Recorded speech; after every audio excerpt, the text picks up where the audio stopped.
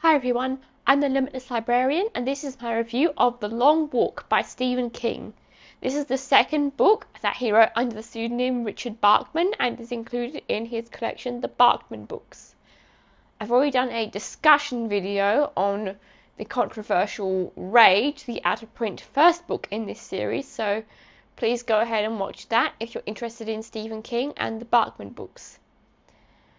This video will be more of a review. It will be an actual review, unlike the Rage video, where I discuss what the book is about and what I thought of it.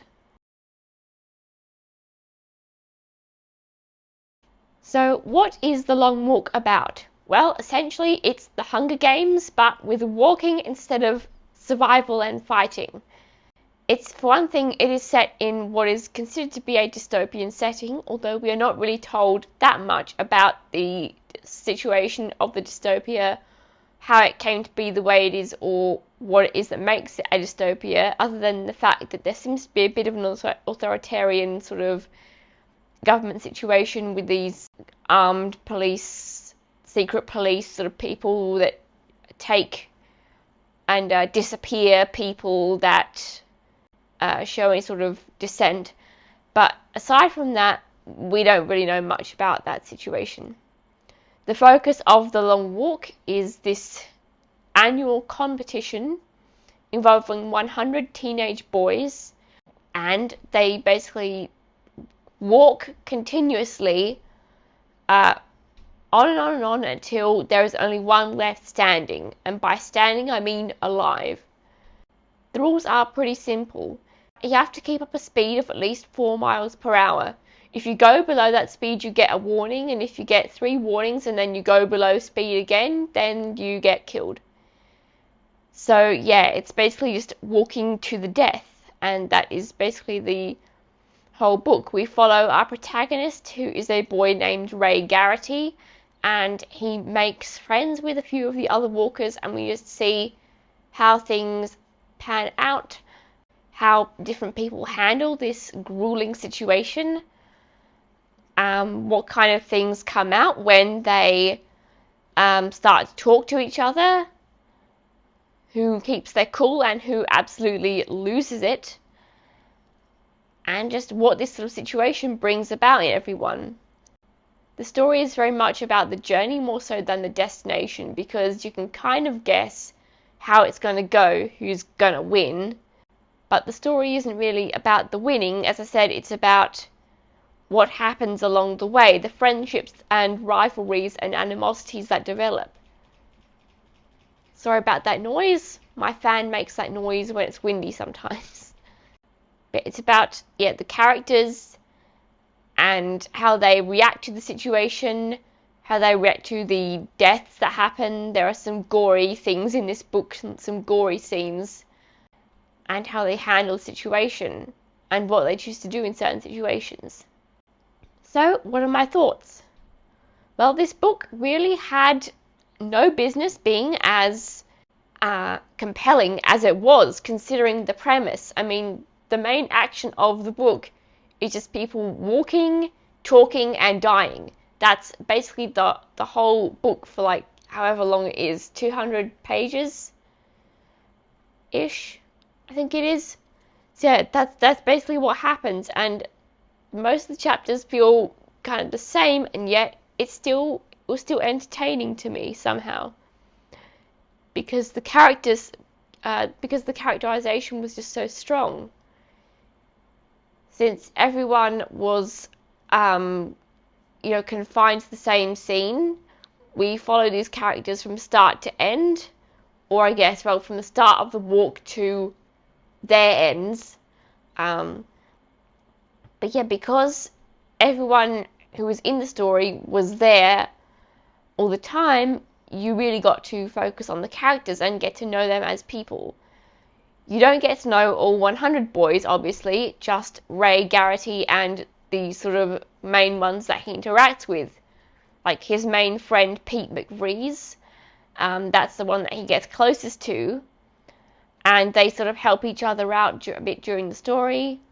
Like, they stop each other from doing stupid things, getting themselves killed. There's also Baker, He's another friend of theirs. Abe is another one they hang out with. Olsen is a guy who they notice, but who kind of checks out for a good portion of the walk and is just kind of a zombie. Barkovich is a massive butthead. He's just obnoxious, and he is completely unapologetic about how he, and I quote, will dance on everyone's graves. That's what he says is his motivation for continuing on the walk. And there's also another character named Stebbins. He sticks around, I will say. So keep an eye on him when you're reading.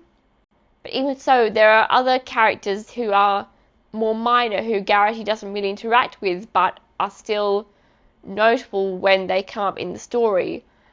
Like Scram, who has a wife and unborn child that everyone volunteers to support if they win.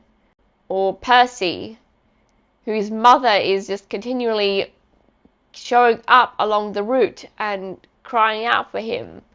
I don't want to spoil anything else about him. Also, you get to see the soldiers, the army, who are tasked with running the show. They hand out food, they keep track of everyone, follow the walkers, and of course make the warnings and the kills as necessary. And also, of course, the Major, who is the one who is really in charge of the whole thing. So while there is tension in the story, the fact is that you do kind of know how it's going to turn out. You know, because there can only be one winner, you know who that's going to be and how and everyone else is eventually going to kick the bucket. It's more a matter of when and how they eventually die along the way. I guess that is important because in spite of the setup and how you know it's going to work because of the rules, you want Ray Garrity and his circle of friends to just keep on plodding along. You want them all to survive, to make it somehow. So while the plot isn't really the strong suit of this book, the characters and their backstories and the things that we learn about them and the conversations and interactions they have, they're the real strong suit of the story. They're what make it worth reading. In spite of the fact that in this kind of challenge it would be completely illogical and counterproductive to waste your breath and your energy talking, they do an awful lot of it. They can't help wanting to make some friends along this journey to sort of, I guess, keep morale up, keep themselves sane. And not only that, but they also at times help one another, save one another from getting killed along the way, despite the fact that if one guy gets killed, that increases your own odds. So it's, again, counterproductive to help them. There's a rule against actively sabotaging other walkers, so the only way to really increase your own odds of winning is to not help people when they need it, to just let them dig their own graves, and yet that's oftentimes not what happens. And I guess that does bring kind of an optimistic sort of sense of humanity even in this very competitive situation. Think about, if you were on the long walk and you saw someone that you'd been on this trip with this whole time and had conversations with slowing down and getting warned again and just not getting the message that they're going to die if they keep this up, would you help them, or would you just let them do their thing and be like, well, that was going to happen anyway, good for me, I guess? What would you do in that situation? Let me know in the comments below how you think you would fare on the long walk and what your strategy would be. It's definitely an interesting thing to think about. As for why the walkers even participate in this, well, it is entirely voluntary. There is a promise of a prize, like a monetary prize, and then some other wish granted at the end. But although the boys do occasionally discuss what they would do if they won, it doesn't seem to be a massive motivator for a lot of them. And it doesn't feel like a lot of the boys are necessarily so desperate for this prize that that's why they were pushed into doing the walk. So yeah, tell me also in the comments, would you participate in the long walk if it was a real thing? Would you take this enormous risk? And what would be the prize that you would want out of it? So in short, I definitely enjoyed the long walk. I don't think it's as strong plot-wise as some of Stephen King's other work, but the characters definitely make up for it. Even though you know where the story is going to end up, seeing how they get there is still very much worthwhile, and the discussions that are had and the exploration of the psychological impact that this situation, this grueling competition has on them, is very much an interesting thing to examine, and it makes you think about how you would fare if you were in the long walk yourself. It also didn't bother me that the characters acted in ways that were counterproductive to their chances of winning, because they all had different reasons for being there, and also these are teenage boys.